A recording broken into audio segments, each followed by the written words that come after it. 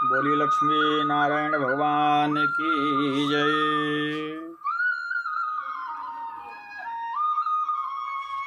जय जय श्री राधा रमण, जय जय नवल किशोर, जय गोपी चित चोर प्रभु, जय जय माखन चोर। मंगलम भगवान विष्णु मंगलम गरुड़ध्वजा, मंगलम पुंडरीकाक्ष मंगलायतनो हरि। ओम।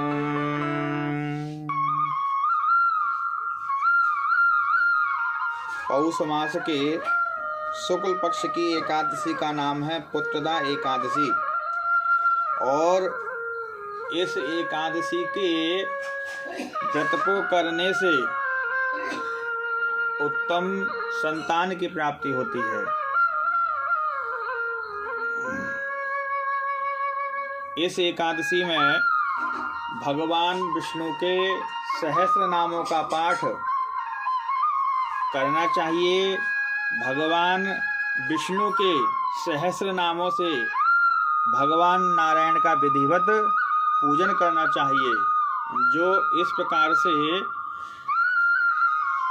पुत्रदा एकादशी का व्रत करता है उसके समस्त मनोरथ पूर्ण होते हैं। पुत्रदा एकादशी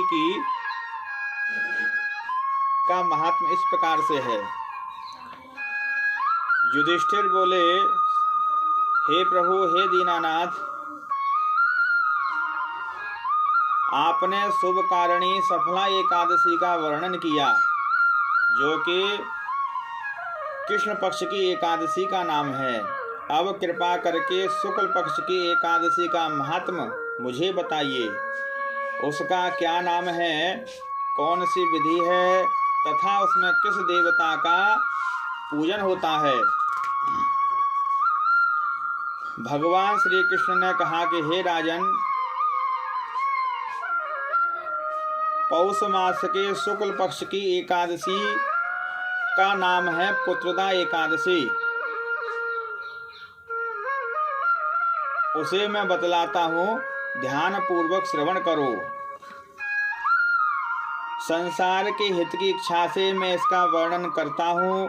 राजन, पूर्वोक्त विधि से ही यतन पूर्वक इसका व्रत करना चाहिए। इसका नाम पुत्रदा है। यह सब पापों को हरने वाली उत्तम तिथि है।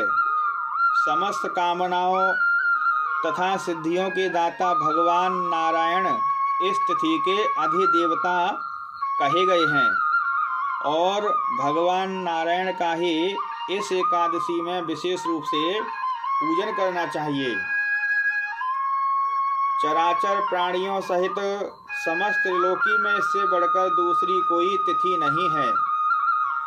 पूर्व काल की बात है, भद्रावती नगर में राजा सुकेतुमान राज्य करते थे। उनकी रानी का नाम चंपा था। राजा को बहुत समय तक कोई वंशधर पुत्र नहीं प्राप्त हुआ, इसलिए दोनों पति पत्नी सदा चिंता और शोक में डूबे रहते थे।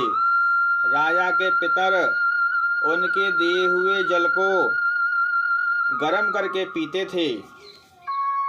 राजा के बाद और कोई ऐसा नहीं दिखाई देता जो हम लोगों का तर्पण करेगा। यह सोच सोचकर पितर दुखी रहते थे। एक दिन राजा घोड़े पर सवार हो घने जंगल में चले गए।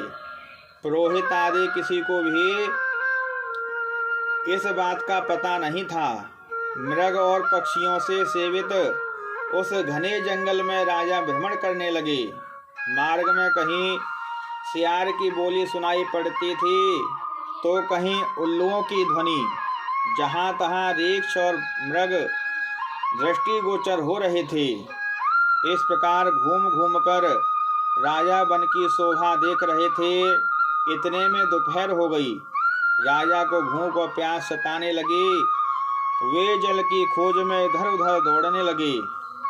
किसी पूर्ण के प्रभाव से उन्हें एक उत्तम सरोवर दिखाई दिया, जिसके समीप मुनियों के बहुत से आश्रम थे।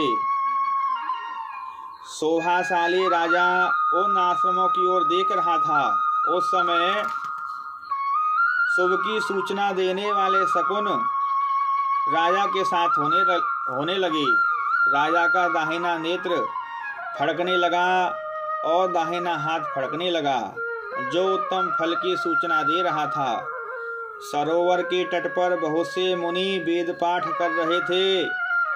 उन्हें देखकर राजा को बड़ा हर्ष हुआ। वे घोड़े से उतरकर मुनियों के सामने खड़े हो गए और पृथक पृथक उन सब की वंदना करने लगे। वे मुनि उत्तम व्रत का पालन करने वाले थे। जब राजा ने हाथ जोड़कर बारंबार दंडवत किया, तब मुनि बोले कि हे राजन, हम लोग तुझ पर प्रसन्न हैं। राजा बोले, आप लोग कौन हैं? आपके नाम क्या है तथा आप लोग किस लिए यहाँ एकत्रित हुए हैं? यह सब सच बताइए। मुनि बोले, राजन, हम लोग विश्वदेव हैं, यहाँ स्नान के लिए आए हैं। माघ का महीना निकट आ रहा है। आज से 5वें दिन माघ का स्नान आरंभ हो जाएगा। आज ही पुत्रदा नाम की एकादशी है, जो व्रत करने वाले मनुष्यों को पुत्र देती है। राजा ने कहा, हे विश्वदेवगण, यदि आप लोग मुझ पर प्रसन्न हैं तो मुझे पुत्र दीजिए। मुनि बोले, हे राजन, आज ही के दिन पुत्रदा नाम की एकादशी है। इसका व्रत बहुत विख्यात है। तुम आज इस उत्तम व्रत का पालन करो। महाराज, भगवान केशव के प्रसाद से तुम्हें अवश्य पुत्र प्राप्त होगा। भगवान श्री कृष्ण कहते हैं, युधिष्ठिर, इस प्रकार उन मुनियों के कहने से राजा ने उत्तम व्रत का पालन किया। महर्षियों के उपदेश के अनुसार विधि पूर्वक पुत्रदा एकादशी का अनुष्ठान किया। फिर द्वादशी को पारायण करके मुनियों के चरणों में बारंबार मस्तक झुकाकर राजा अपने घर को आ गए। उसके बाद रानी ने गर्भ धारण किया।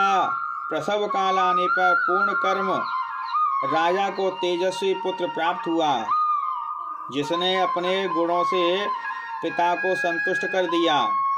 वह प्रजाओं का पालक हुआ। इसलिए राजन, पुत्रदा नाम की एकादशी का उत्तम व्रत अवश्य करना चाहिए। मैंने लोगों के हित के लिए तुम्हारे सामने इसका वर्णन किया है। जो मनुष्य एकाग्रचित होकर पुत्रदा का व्रत करते हैं, वे इस लोक में पुत्र पाकर मृत्यु के पश्चात स्वर्ग गामी हो जाते हैं। इस महात्म को पढ़ने और सुनने मात्र से ही अश्वमेघ यज्ञ का फल प्राप्त होता है। बोलिए लक्ष्मी नारायण भगवान की जय। जय जय श्री राधा रमण, जय जय नवल किशोर, जय गोपी चित चोर प्रभु, जय जय माखन चोर।